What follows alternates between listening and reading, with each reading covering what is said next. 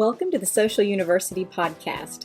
We are so glad you're joining us today because we want to help business owners, entrepreneurs, and people just like you who want to build their business online. Listen, if we can do it, you can do it. So let's go.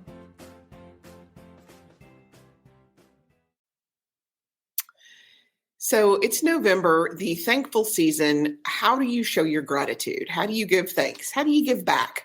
That's what we're going to talk about today on What's Up Wednesday. And this week, we're going to talk about ways to give back for Giving Tuesday and beyond. So I like to separate it out by employee, client, and of course, your business in general. So let's go ahead and get started. I am a big believer in if the employees are happy, your business is happy. Happy employees stay. So I'm a big believer in rewards. Always have been. I try to nurture that culture here. I try to reward consistently during the year instead of just Thanksgiving. So let's talk about some different things that you can do to make happy employees. I think first and foremost, just tell them they're doing a good job. Seriously, always you give compliments in public and you criticize in private. So if there's a problem, you don't ever do that in front of other people. But definitely, I think it's good to hear what people do on the regular that's helpful. How do they serve other people? How are they helping each other? We really have nurtured a team mentality here, but you got to tell them they're doing a great job. Nothing is more disheartening than only hearing from your boss when you're in trouble or when something is wrong. And it's unsettling when you get a text or a message that says, we need to talk. That induces panic in most people. So compliment. Just remember, if it's good, you need to tell them it's good. A handwritten note goes a long way.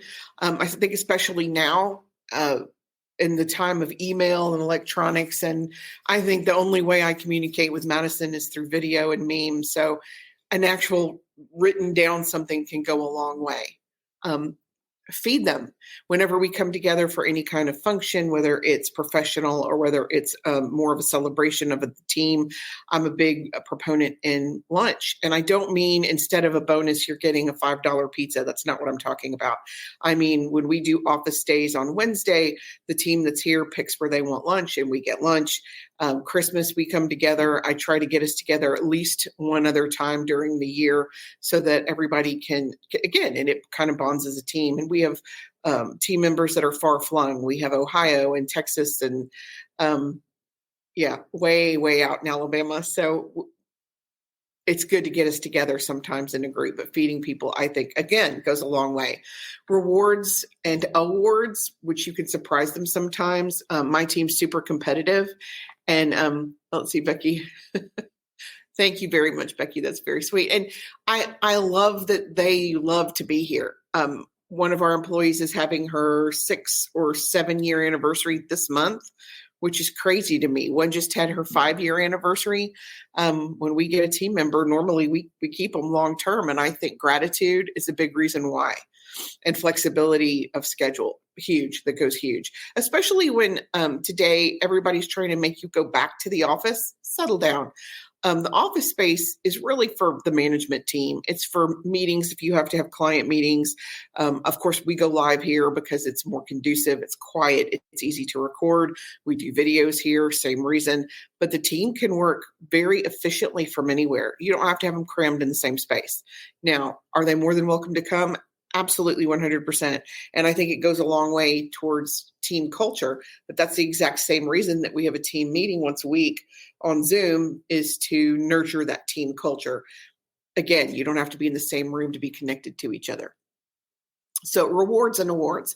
Again, my team's pretty competitive. We do graphic competitions and 'tis the season. They just did a Halloween competition where the winner got a gift card. We're about to have our Thanksgiving graphics will be this week, and then Christmas will be in 2 weeks, the graphics, not the holiday. And then we'll have New Year's ready in a couple of weeks. And we use that as an excuse to compete so that everybody has an opportunity to win a gift card. And of course, even that, I want to know, I don't just want to give them the gift card I want them to have. I want them to tell me what it is they want. Some people like Starbucks, some people like Amazon. Reward them how they want to be rewarded. Check in, touch base. especially when they're absent, especially when they're remote. I think it's a good idea to touch base at least once a week. I don't think you have to bug everybody every day, but I think it's good for them to hear from you at least once a week, or at least that's my personal. Some folks need more, some folks want less. Again, you kind of have to gauge it based on the employee. Host company events when possible, whether it's a dinner or a party or a conference. Coming together as a team periodically can be super helpful, especially for your bonding. Celebrate birthdays and anniversaries. We do bonuses here for birthdays and anniversaries. I love that. We always will celebrate birthday, anniversary, and employee appreciation day and Christmas, because I feel like 4 times a year they know they're getting something from the company and it's something to look forward to. I love stuff like that. That makes me happy. Offer training opportunities. They're never going to get better if you do not allow them the time and the space to do that. I encourage my team to learn something for at least an hour a week, whether it's a podcast or a book or a webinar. I love Udemy. It's one of my favorite resources. You can get all kinds of training online. One of my folks just signed up for Adobe training. They have a very comprehensive Canva program that's 16 hours. If you're just getting into Canva and you want to learn about some of the graphic rules behind design, about how to balance and how to structure, it's just a great program. But allow learning opportunities for your team. Sponsor volunteer opportunities. It's a little bit more difficult for us because we are remote. A big portion of our team is remote, but we have come together in the past before to do bunny aid at Easter. Again, kind of an unusual way to celebrate, but I love doing volunteer work as a team. I think that goes a long way. And plan a retreat. If you have the ability to bring everybody together in one location, I think that would be great. I would love to do that next year, where I can if I can find a location that's kind of central to everybody, where we can put everybody in the same house.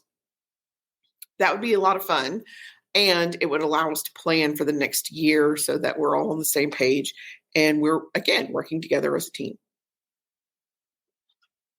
But all of these options all come back to rewarding your employees, thanking your employees. You couldn't do what you do without your team, so remind them frequently and thank them often.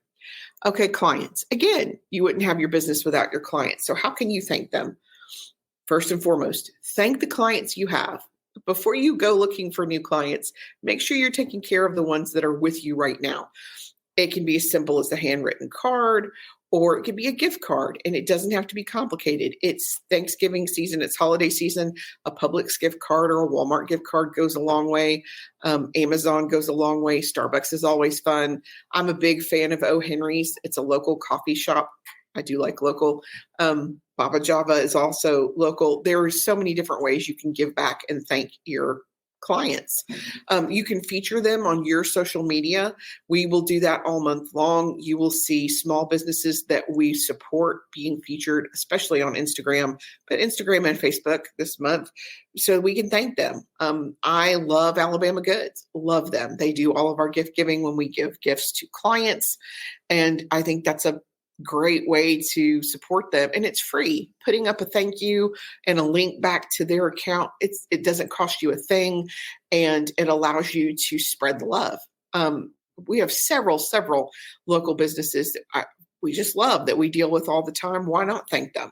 Why not let them know? Why not help spread the word? Give to their charities. We have a client we started working with recently, and they have a charity that we support. So can we work that in for our Giving Tuesday? Absolutely. We very wholeheartedly support Safe House of Shelby County. That will be our charity that we focus on for Giving Tuesday this year. But there are so many options available, and multiple different charities will have events all year long. There's no reason you can't publicize, help them advertise, participate, donate, do whatever you can for your clients' charities. I love a company that gives back, and anything you can do or anything we can do to support that, I think, again, goes a long way. Offer to suspend service or prolong service. What do I mean? Offer them special offers during difficult times. If you have a client that you know is struggling, offer to reduce their services so they can maintain their presence until they're back up to where they were. I think that's okay, especially if it's a long-term client. And don't be afraid to, I did this some during COVID. We just had some folks that needed a hand. And we've had clients that I've had for 10 years. I want to help those folks. So do what you can when you can. Take the time to talk to your clients independently. And that could mean an actual phone call or a face-to-face meeting where you check in and kind of get a better feeling for what their goals are now and where they're going now. Because again, in 10 years, things change, priorities shift. Support their business when you can. Again, social media is free. Likes and follows are free. Shares are free. It's totally okay for you to go in and like their content or share their content. It is a great way to support your client base. You can create a reward system. We do, I pay for referral. I don't pay for referrals, but I do like to reward for referrals. If a client gives us a referral, the reward might be additional services for them or an additional month of services for them. I always like to reward anything for referrals. And when you have a network of people who refer all the time, you thank them with gift cards or you thank them however they want to be thanked. And again, you don't know how they want to be thanked unless you talk to them and find out. So talk to them and find out. Bend the rules where you can. Give an upgrade where you can. Hey, we have a pretty new client. They are a national company. They are separated by geographical location. So I'm going to talk to them a little bit, talk to their team a little bit about how they can help support each other. It's helpful to them and it's not going to cost them anything because we want to support the company. Recognize their milestones, their anniversaries, their birthdays. One of my favorite vendors, Site Mason, Vin Deloach, his birthday's today. Did we remember? Yes, we did. So make sure that you call people out when you can and host an appreciation event. It doesn't have to be in person. You can do it virtually. Those things can still be super effective.